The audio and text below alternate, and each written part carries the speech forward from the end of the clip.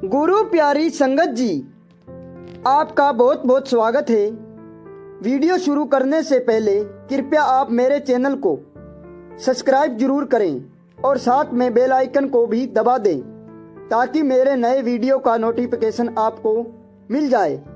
और अगर वीडियो अच्छा लगे तो कृपया लाइक, कमेंट और ज़्यादा से ज़्यादा शेयर करें। अब देर ना करते हुए आज की साखी शुरू करते हैं। दोस्तों, हमने बहुत बार देखा होगा कि कुछ लोग बहुत ज़्यादा अच्छे होते हैं। वे ना तो कभी किसी का बुरा चाहते हैं और ना ही कभी किसी का नुकसान पहुंचाते हैं और हमेशा दूसरों की मदद करते हैं और साधु संत की सेवा भी करते हैं और बिना नागा किसी न किसी धर्म स्थान पर भी जाते हैं। लेकिन हम लोग देखते हैं कि उसके बावजूद भी वे बहुत गरीब हैं। उनके परिवार का गुजारा भी बड़ी मुश्किल से होता है। यह सब देखकर लोग का दिल में यह सवाल उठता है कि ईश्वर हमेशा अच्छे लोगों का बुरा क्यों करता है।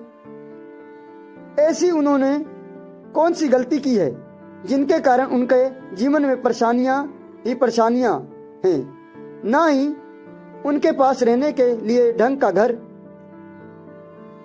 और न ही पहनने के लिए अच्छे कपड़े, क्योंकि ईश्वर ऐसा जानबूझ कर करता है। आज की बाबा नानक की साखी इस बारे में है। इस साखी को सुनकर आपके अंदर के सभी सवाल खत्म हो जाएंगे और आपका दिल बाबा नानक के प्रति श्रद्धा से भर जाएगा। इसलिए चलिए वाहेगुरु का नाम लेकर साखी शुरू करते हैं।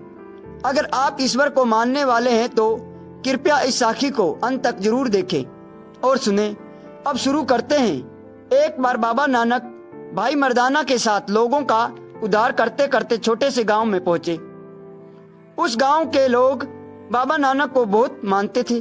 उस गांव में बाबा नानक एक पक्का सिख रहता था। जब उसको बाबा नानक के आने की खबर मिली तो वह खुशी से नाच उठा और दौड़ते हुए बाबा नानक के पास पहुंच गया और उनके चरणों में गिर गया। बाबा नानक ने उसके कंधे से पकड़कर उसे उठाया। वो सिख इतना खुश था कि उनके आंखों से पानी निकल रहा था। उसी समझ में नहीं आ रहा था कि वे बाबा नानक को क्या कहे। वो रात को बाबा नानक को अपने घर में रुकने के लिए कहने लगा, लेकिन वो बहुत गरीब था और उसके पास रहने के लिए एक छोटी सी घास फूस की झोपड़ी थी। लेकिन फिर भी उसकी हिम्मत करके कहा, गुरुजी, मैं चाहता हूं कि आप आज की रात मेरे यहाँ गुजारें और मेरे यहाँ के भोजन करें। बाबा नानक ने बड़े प्यार से उसके कंधे पर थपथपा दिया और उसके साथ चला पड़ा। उस सिख का परिवार भी बाबा नानक को देखकर खुश हुआ। सभी परिवार वाले बाबा नानक की महिमा और मेहमान नवाजी करने लगे।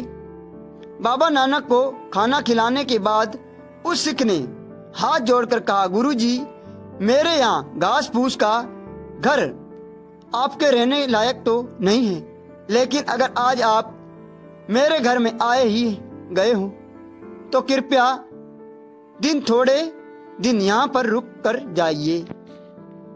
मुझे आपकी सेवा करके बड़ी खुशी होगी। बाबा नानक ने उसकी प्रार्थना को स्वीकार कर लिया और उसके यहाँ रुकने को राजी हो गया। दोस्तों, सर्दियों का दिन था। सिख ने अपने परिवार को कहा कि हमारे घर भगवान खुद चलकर आया है, हम इनको बाहर नहीं सुला सकते। हम लोग एक काम करते हैं, हम इनसे सोने का इंतजाम घर के अंदर कर देते हैं और खुद बाहर किसी पेड़ के नीचे बिस्तर लगाकर सो जाते हैं। फिर सभी परिवार वाले मिलकर बाबा नानक और मर्दाना के लिए बिस्तर घर के अंदर बिछा दिया और खुद अपने परिवार के साथ बाहर लेट गए। जब आधी रात के समय हुआ तो आसमान में बादल छा गए और वर्षा शुरू हो गई।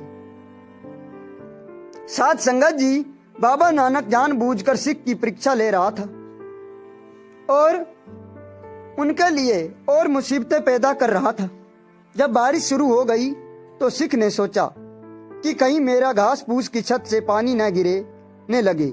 अगर पानी अंदर गिरने लगा तो गुरुजी की नींद खराब हो जाएगी।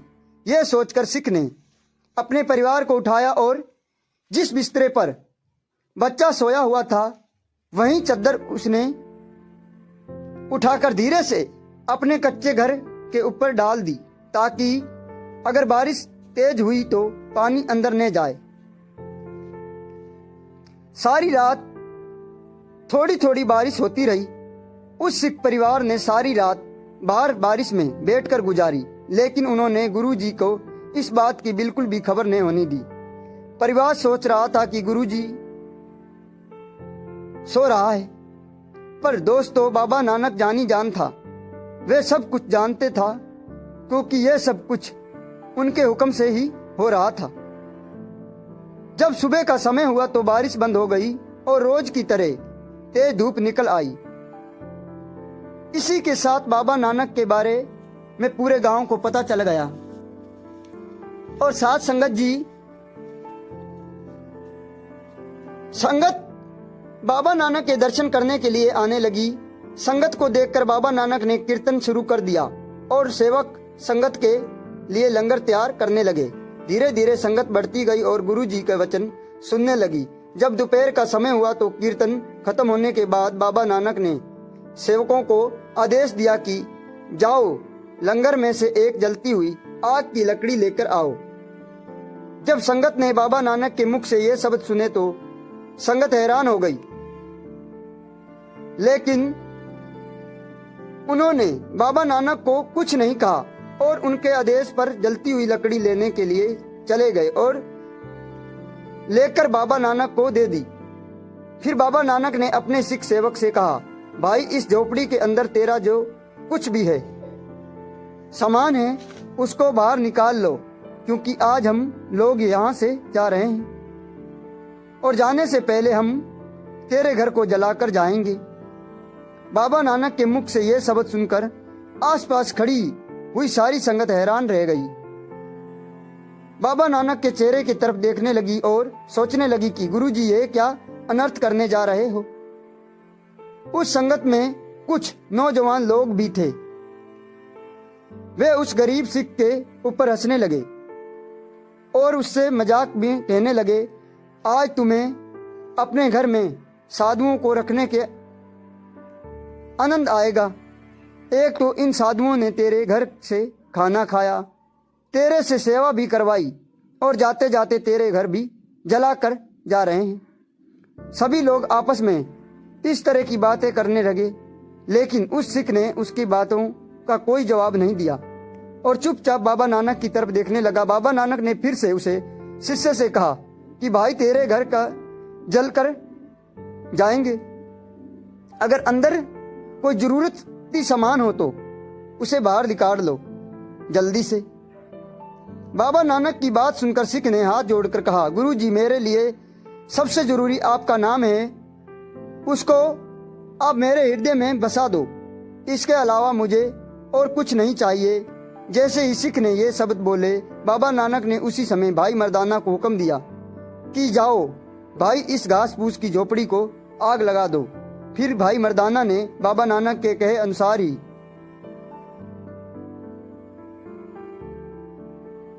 उस गरीब सिख की झोपड़ी को आग लगा दी। कुछ ही समय में आग ने घर को चारों तरफ से घेर लिया और आग की ऊंची ऊंची लपटें निकलने लगी।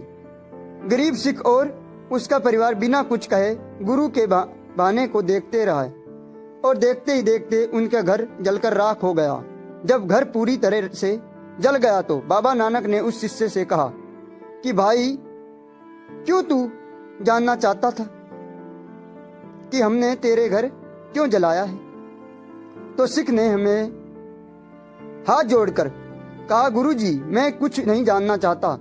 तब गुरुजी ने उसकी बात सुनकर फिर से पूछा, भाई तेरा पास तो एक ही घास फूस का झोपड़ी थी और तेरी जरूरत का सामान भी उस झोपड़ी के अंदर ही पड़ा था। जो हमने जलाकर राख कर दिया। क्या तू अभी भी नहीं जानना चाहता कि हमने तेरे घर का और घर में रखे सामान क्यों जलाया है? तब सिख ने हाथ जोड़कर कहा, नहीं गुरुजी, मैं ये बिल्कुल भी नहीं जानना चाहता कि आपने ये सब कुछ क्यों किया है, क्योंकि मेरे जो कुछ भी है वह सब आपका ही किया है, इसलिए मैं आपके हुक्म में ही खुश हूँ। आपने अगर ये सब कुछ किया है तो कुछ सोचकर ही किया होगा।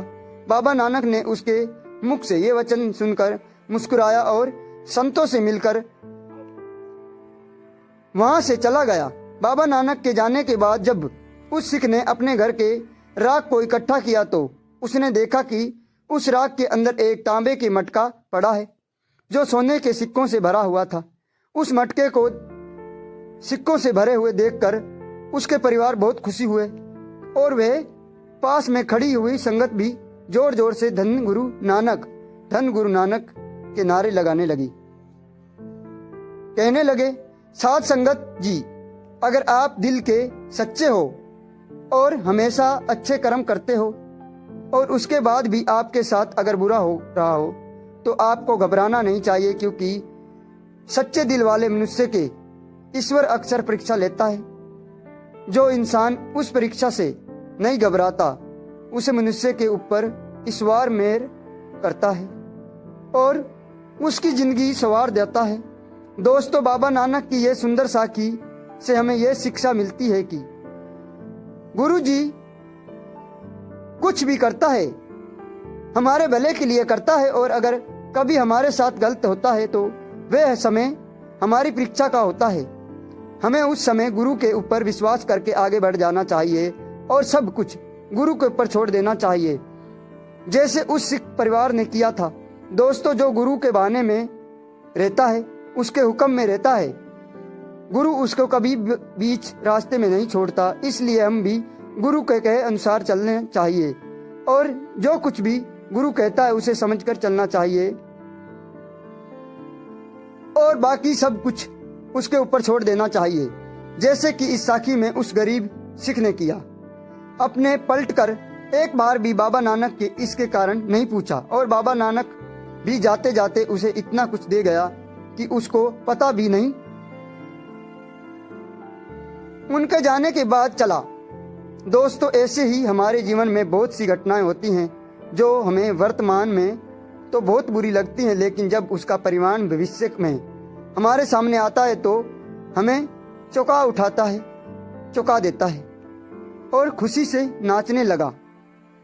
इसलिए दोस्तों, इस साखी से सबक लेते हुए हम सभी को गुरु के हुक्मों में रहना चाहिए और जो कुछ भी गुरु करता है, कैसे करता है और क्यों करता है, ये सवाल पलटकर उनसे नहीं पूछना चाहिए और बिना नागा उनकी भक्ति करनी चाहिए। दोस्तों, आज की साखी आपको कैसी लगी? राधा स्वामी जी।